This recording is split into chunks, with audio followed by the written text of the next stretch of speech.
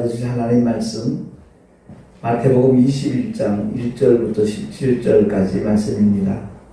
제가 공독을 하겠습니다. 저희가 예루살렘에 가까이 와서 감람산 벳박에 이르렀을 때 예수께서 두 제자를 보내시며 이르시되 너희 맞은편 마을로 가라. 곧 매인 나귀와 나귀 새끼가 함께 있는 것을 보리니 풀어 내게로 끌고 오느라. 만일 누가 무슨 말을 하거든 주가 쓰시겠다 하라. 그리하면 즉시 보내리라 하시니 이는 선지자가 하신 말씀을 이루려 하심이라. 일러스되 시온 딸에게 이르기를 내 왕이 내게 임하나니 그는 겸손하여 나귀 곧 멍에 매는 짐승의 새끼를 탔도다 하라 하였느니라. 제자들이 가서 예수의 명하신 대로 하여 나귀와 나귀 새끼를 끌고 와서 자기들의 겉옷을 그 위에 얹으매 예수께서 그 위에 타시니 무리의 대부분은 그 겉옷을 길에 펴며 다른 이는 나무가지를 베어 길에 펴고 앞에서 가고 뒤에서 따르는 무리가 소리질러 가로되 호산나 다윗의 자손이여 찬송하리로다. 주의 이름으로 오시는 이여 가장 높은 곳에서 호산나 하더라. 예수께서 예루살렘에 들어가시니 온 성이 소동하여 가로되 이는 누구뇨 하거늘 무리가 가로되 갈릴리 나사렛에서 나온 선지자 예수라 하니라. 예수께서 성전에 들어가사 성전 안에서 매매하는 모든 자를 내어 쫓으시며 돈 바꾸는 자들의 상과 비둘기 파는 자들의 의자를 둘러 엎으시고 저희에게 이르시되 기록된 바 내 집은 기도하는 집이라 일컬음을 받으리라 하였거늘 너희는 강도의 구려를 만드는도다 하시니라. 소경과 저는 자들이 성전에서 예수께 나오매 고쳐주시니 대제사장들과 서기관들이 예수의 하시는 이상한 일과 또 성전에서 소리질러 호산나 다윗의 자손이야 하는 아이들을 보고 분하여 예수께 말하되 저희의 하는 말을 듣느뇨. 예수께서 가라사대 그렇다. 어린 아기와 젖먹이들의 입에서 나오는 찬미를 온전케 하셨나이다 함을 너희가 읽어본 일이 없느냐 하시고 그들을 떠나 성 밖으로 베다니에 가서 거기서 유하니라.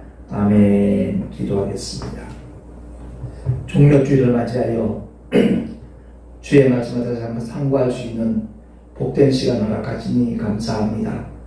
우리의 믿음의 삶 속에서 어떤 자세를 취하여야 될 것인가 깨닫는 시간 되게 하시고 주님 앞에 쓰임받은 새끼 나귀처럼 끝까지 쓰임받을 수 있는 하나님의 사람들 되기를 간절히 소망합니다.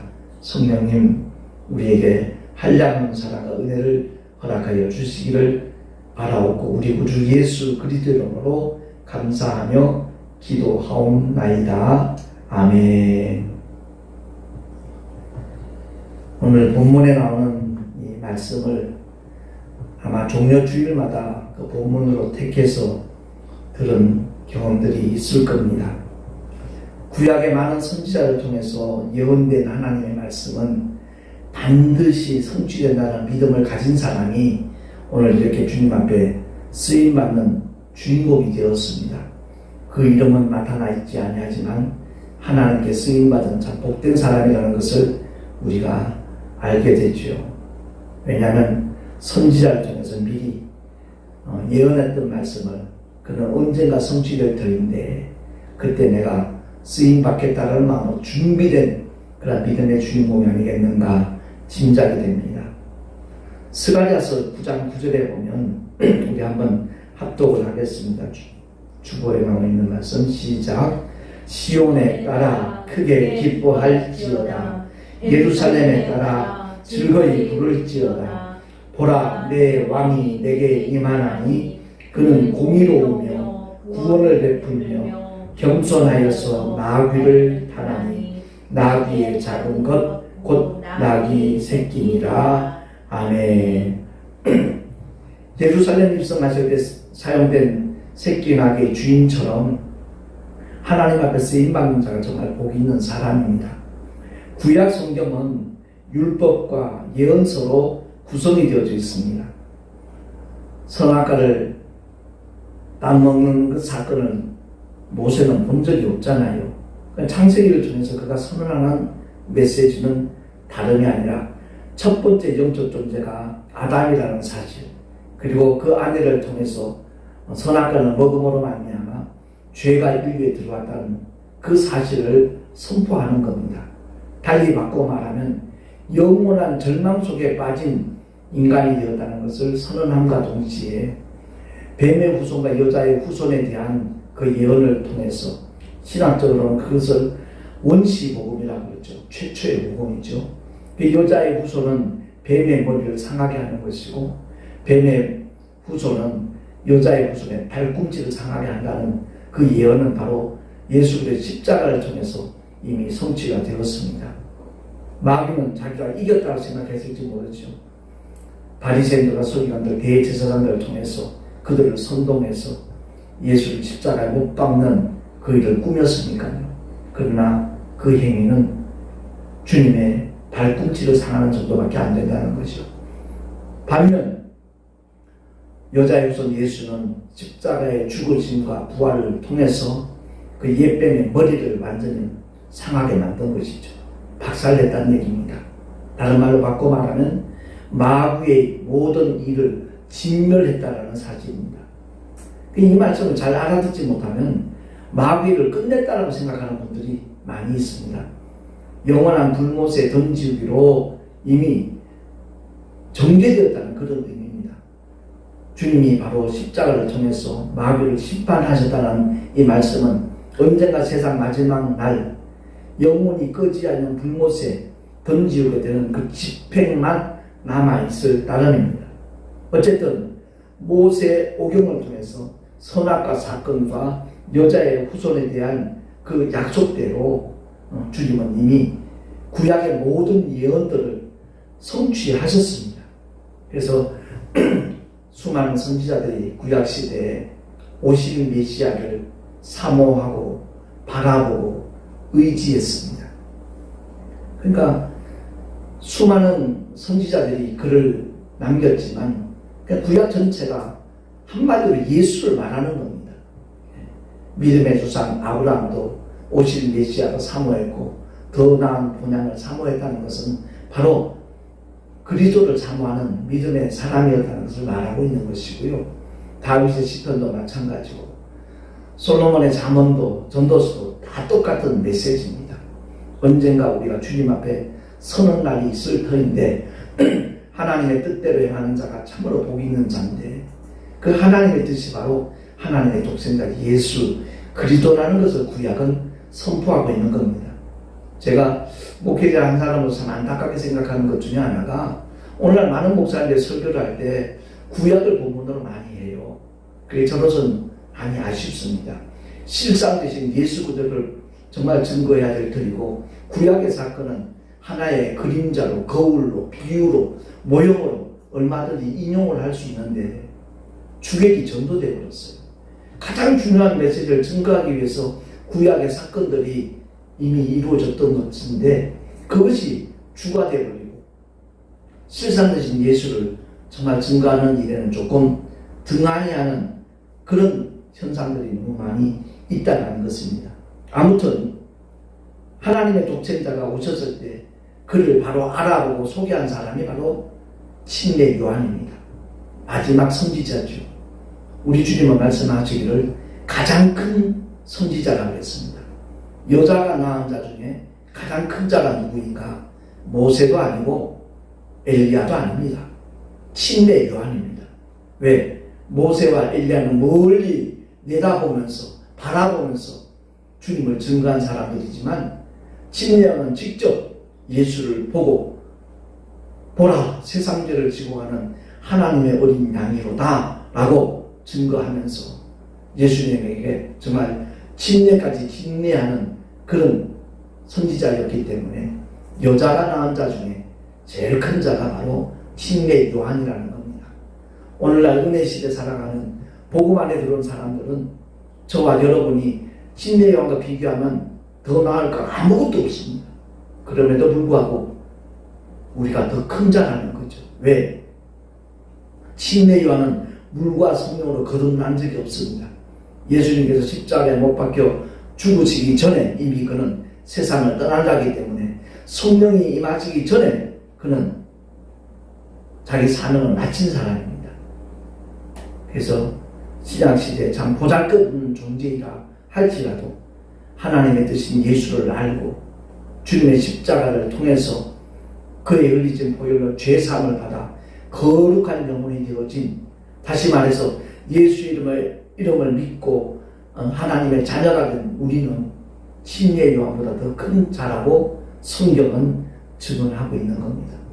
이 사실을 알면 우리의 어떤 믿음의 모양새도 달라져야죠. 자부심도 있고요. 나 같은 자를 그렇게 하나님께서 대우해 주셨으니 내가 어떻게 살아야 될 것인가. 아마 정상적인 사고를 가진 사람이라면 답은 나와 있을 겁니다. 하나님의 말씀 따라 그대로 순종하는 믿음에 걸어가야지. 더더구나 주님께서 우리에게 맡겨주신 사명, 지상명령이라고 다들 말은 하면서도 그 지상명령을 실천하는 사람은 찾아보기 힘든 시대입니다. 만천하에 복음을 전파하라고 했습니다. 모든 민족 제자 삼으라고 주님이 명령을 하셨습니다. 그 말씀을 그대로 순종하며 실천하는 믿음의 사람보다 더 복 있는 사람이 없다라고 저는 확신을 하는 겁니다. 그래서 신약성경의 절반 정도를 기록한 사도 바울이 부러운 것은 무엇보다도 그의 온 생애를 복음 전파를 위해 바쳤다는 그 사실 때문에 그렇습니다. 예수가 누구시다를 안다는 것, 이것이 얼마나 큰 복이라는 것을 오늘날 성도들은 잘 느끼지 못하는 것 같아요. 심지어 주의 종이 된 사람들조차도 내가 처음 안수 받을 때, 목사로 기름 부음 받을 때 그 감격과 그 눈물을 금방 잊어버리는, 왜? 목회 현장에 닥치는 어려움 때문에, 현실적인 문제 때문에 놓쳐버리는 그런 안타까운 일들이 우리 주변에 너무 많이 일어나고 있는 겁니다. 시몬 베드로를 향하여 주님이 복되다라고 말씀하신 게 뭐죠? 세상 사람들이 예수를 잘못 봤어요. 그때 너희는 그럼 나를 누구라 하느냐 했을 때 주는 그리스도시요 살아계신 하나님의 아들이시니라고 베드로가 고백했거든. 그때 주님이 바요나 시몬아 내가 복이 있도다. 이를 알게 하려는 혈육이 아니다. 하늘에 계신 내 아버지께서 천부께서 알게 하셨다. 그러니까 예수가 누군가를 안다는 이것보다 더 큰 복이 없다는 것을 우리 모두가 깨달을 수 있기를 예수 이름으로 축원합니다. 예수가 누구인가를 알았어요. 내가 죽어야 할 자리, 내가 받아야 할 형벌을 대신 주님이 받아주셨고 우리의 모든 죄를 처리하시고 하나님의 거룩한 아들과 딸이 되도록 하나님의 자녀되는 권세까지 허락하셨고 그것을 보증하기 위해서 오순절날 보혜사 성령 하나님이 오셔서 지금까지 믿는 자 속에서 일하시는 그 성령을 보내주셨는데 어디를 가든지 무엇을 하든지 주님이 내 안에 계시다는 사실만 기억을 한다면 우리의 생활이 분명히 방향도 목적도 달라질 줄도 저는 확신합니다. 우리가 그 믿음의 길을 함께 걸어가자고 주일마다 말씀을 전하는 것이고요. 사람으로 태어나서 사람으로 살지만 자기가 누군지 모르는 인간의 정체성을 확실히 모르는 사람들이 너무나 많이 있기 때문에 제가 열방교회 말씀 특강을 통해서 최근에 3편을 이렇게 강의를 했습니다만은 오늘도 한 번 더 그 시간을 가질 겁니다만 내가 누군지를 알아야 돼요. 영원한 나, 영혼을 위해 살 것인지 언젠가 한숨 내흘고 돌아가고 말 흙덩어리, 이 육신을 위해 살 것인지 대다수의 사람들이 현실의 문제 때문에 육신을 위해서 살려고 안간힘을 쓰고 있거든요. 다 이거 속고 있다라는 명백한 증거인데도 깨닫지조차 모르고 있습니다. 그래서 그것이 가장 안타깝고요. 예수가 그리스도임을 아는 것은 그야말로 하나님의 은혜고요. 영원한 복이라는 것을 우리가 기억하기를 소망합니다. 여기서 쓰임받은 새끼나무의 모습을 보자고요. 저는 우리 한국의 현실을 이렇게 쳐다보면서 안타까운 문제 하나가 뭔가 하면 소위 목회 성공했다는 분들, 구약의 발람 선지자가 발락 임금이 유혹하는 그 유혹 때문에 하나님의 뜻이 아닌 줄 뻔히 알면서도 그 탐욕을 향하여 쫓아가다가 어떻게 했습니까? 나귀한테 책망을 듣습니다. 그와 마찬가지로 오늘날 나귀에게 책망받을 그런 목회자들도 너무나 많이 있다는 사실입니다. 만약에 군중들이 환호를 합니다. 겉옷을 벗어서 길가에 깔고 감람나무 가지를 꺾어서 호산나 찬송하려다 주의 이름 모시는 이여 막 환호했을 때 이 나귀가 자기를 찬양하는 줄 알고 자기를 환영하는 줄 알고 흥분해하고 만약 앞발을 번쩍 들고 날뛰었다고 하십시다. 주님은 아마 낙마하셨겠죠. 오늘날 그런 현상들이 너무나 많이 벌어지고 있다는 겁니다. 저도 한때는 큰 교회 목사님들 무조건 존경했습니다. 무조건 부러워했습니다. 나중에 주님이 깨닫게 하셨기에 너무나 감사하고요. 심지어 요즘 유튜브에 정말 민망할 정도의 신랄한 비판들도 있잖아요.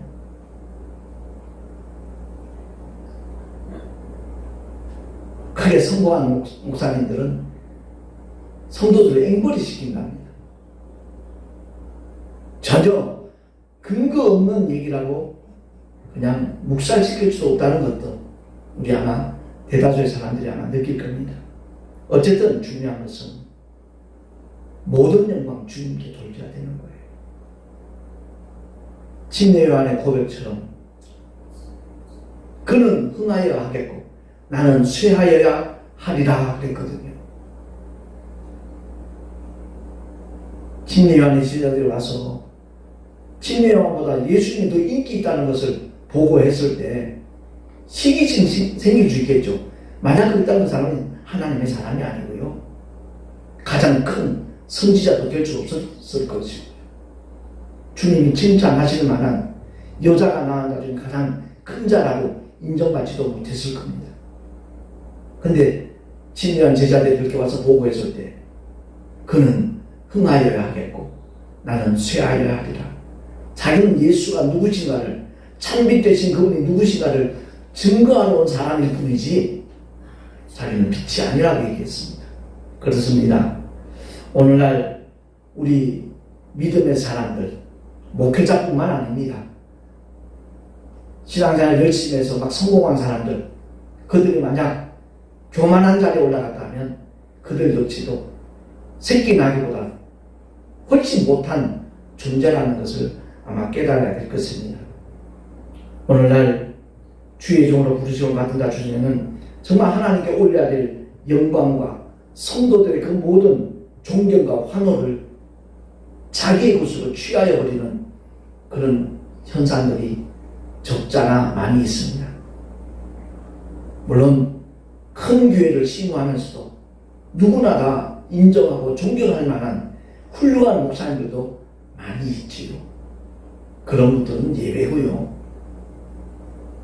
오직 성공을 위해서 기독교 신앙이라는 것을 통해서 자기 성취를 하는 사람들, 자아 성취를 위하여 모든 것을 올인하는 사람들은 저는 그렇습니다.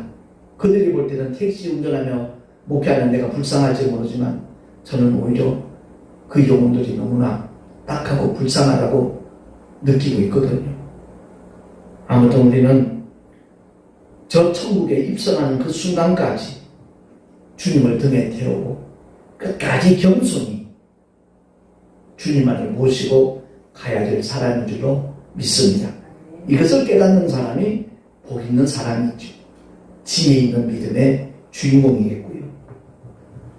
제가 굉장히 존경하던 유명한 목사님, 부흥사님 한 분이 있습니다. 그분의 말로가 조금 마음을 안타깝게 만들었습니다만은 60년대 정말 유명한 그리고 훌륭한 부흥사로 쓰임받은 목사님입니다. 충청도대 산상집회에 초청을 받아서 부흥회를 인도하시는데 그 목사님이 가는 곳곳마다 별의별 환자들이 다 옵니다. 심지어 신문 기자들도 동참을 합니다. 왜? 안전병이 몇 명이 일어나는가? 소경이 몇 명이 눈을 떴는가? 불치병 환자들이 몇 명이나 낫는가? 그것을 취재하기 위해서. 그래서 산상집회를 하는데 참 하나님의 놀라운 역사들이 많이 나타났죠.